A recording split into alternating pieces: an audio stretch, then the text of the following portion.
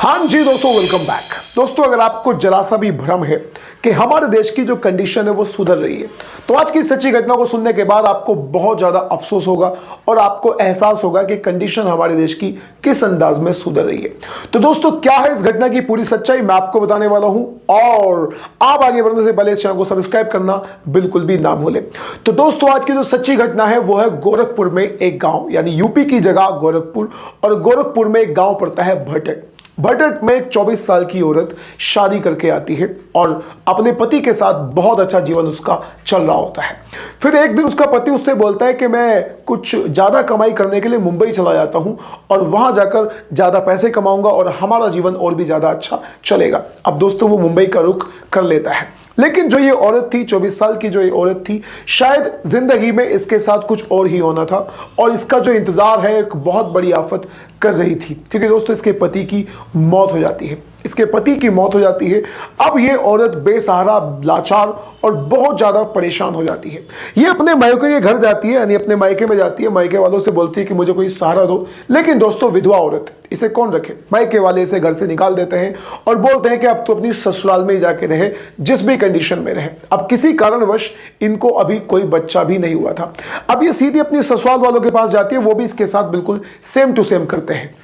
अब घर में ना कोई पैसा है, ना खाने पीने का सामान है और ना कोई जमीन जायदाद है। अब अगर कोई चीज है तो वो केवल और केवल पति का दिया हुआ दोस्तों एक घर।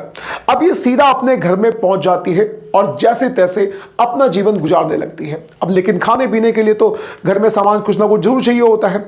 तो कोई व्यक्ति इससे बताता है कि तुम्हें विधवा पेंशन मिल जाएगी, तुम्हें राशन कार्ड भी मिलने लगेगा और अगर तुम चाहो तो मनरेगा में भी अपना नाम लिखवा सकती हो। उसमें रोज के दिहाड़ी के आपको कम से कम 250 या 300 रुपए मिल जाया करेंगे। अब इन सारे सरकारी कामों को करवाने के लिए कोई ना कोई सरकारी आदमी का होना बहुत जरूरी है। तो कोई इससे बताता है कि गांव का ही जो प्रधान है, तुम उसके पास जाकर अपने इस काम के लिए अप्लाई कर सकती हो। वो दोस्तों सीधा गांव के प्रधान के पास जाती है और उससे राशन कार्ड बनवाने के लिए बोलती है।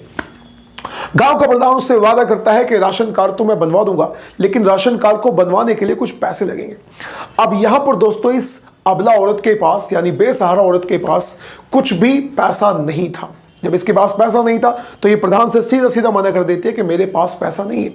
लेकिन दोस्तों, प्रधान की नीयत इस औरत पर डोल जाती है और वो उससे कहता है कि अगर तुम्हारे पास पैसा नहीं है तो फिर तुम्हें मेरे साथ सोना पड़ेगा और मैं तुम्हारा ये काम करा दूंगा, यानी रिश्वत तो तुम्हें जैसे तैसे देनी ही पड़ेगी। ये दोस्तों हमारे देश की कंडीशन है। खैर चलिए, कोई बात नहीं। वो औरत जो है उसे जैसे तैसे खाने पीने का इंतजाम तो करना ही था। वो प्रधान के साथ सो जाती है और प्रधान उसके काम को हल्का सा शुरू कर देता है। अब दोस्तों, जो सरकारी काम होते हैं वो एक व्यक्ति नहीं कर पाता, उसके लिए एक आदमी शुरू करता है, तो फिर दूसरे स्टाम्प के लिए दूसरे आदमी के पास जाना पड़ता है। अब जो प्रधान है उस औरत को वो सेक्रेटरी के पास भेजता है और कुछ काम सेक्रेटरी के पास भी होना था। जब वो औरत सेक्रेटरी के पास जाती है तो सेक्रेटरी भी उससे रिश्वत मांगता है, लेकिन उस औरत के पास तो रिश्वत थी ही नहीं, देने के लिए कुछ भी नहीं था। यहां पर सेक्रेटरी भी उसकी मजबूरी का फायदा उठाता है और वो भी उससे सेक्सुअल रिलेशनशिप बनाने के लिए ही बोलता है। यहां पर दोस्तों, अब औरत यहां पर पूरी तरह से मजबूर हो चुकी थी। वो समझ गई थी कि अगर मैंने एक बार इस गलत काम को कर लिया है तो अब मुझे बार बार करना पड़ेगा। एक बार इज्जत लुटी, 2 बार लुटी, बात तो बराबर है। अब वो दोस्तों सेक्रेटरी के साथ भी सोने के लिए तैयार हो जाती है। अब दोस्तों, 2 लोगों के साथ उसने ऐसा कर लिया, 2 लोगों के साथ सेक्सुअल रिलेशनशिप वो ऑलरेडी बना चुकी है। अब आगे की जो तफ्तीश काम में होनी है, आगे जो काम बढ़ना है, उसे और भी सरकारी अफसरों के पास जाना पड़ता है।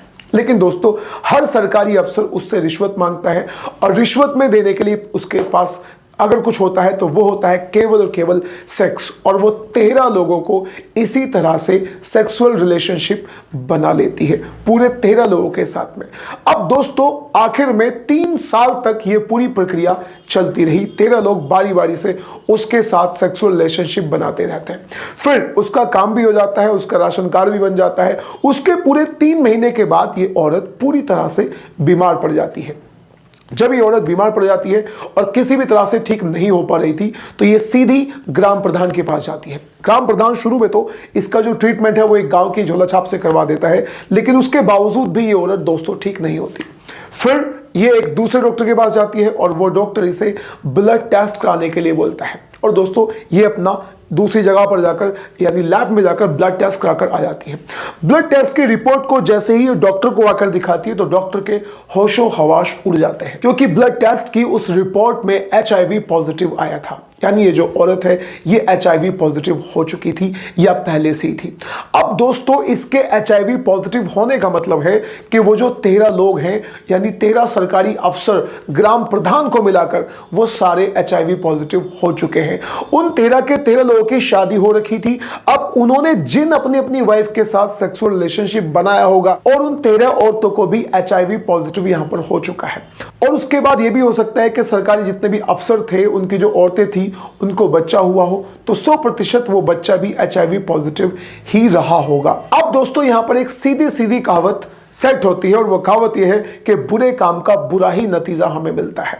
अब आप क्या कहना चाहते हैं इस घटना के बारे में? क्या ग्राम प्रधान को उस औरत की मजबूरी का फायदा उठाना चाहिए था या फिर उस औरत को ऐसा क्या करना चाहिए था कि उसके साथ ये घटना ना घटती?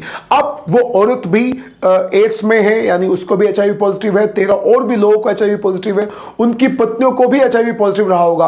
और जिस समय पर यह घटना फैली थी उस समय पर सरकारी अस्पतालों में और सरकारी महकमे में बहुत ज्यादा दोस्तों हड़कंप मच गया था।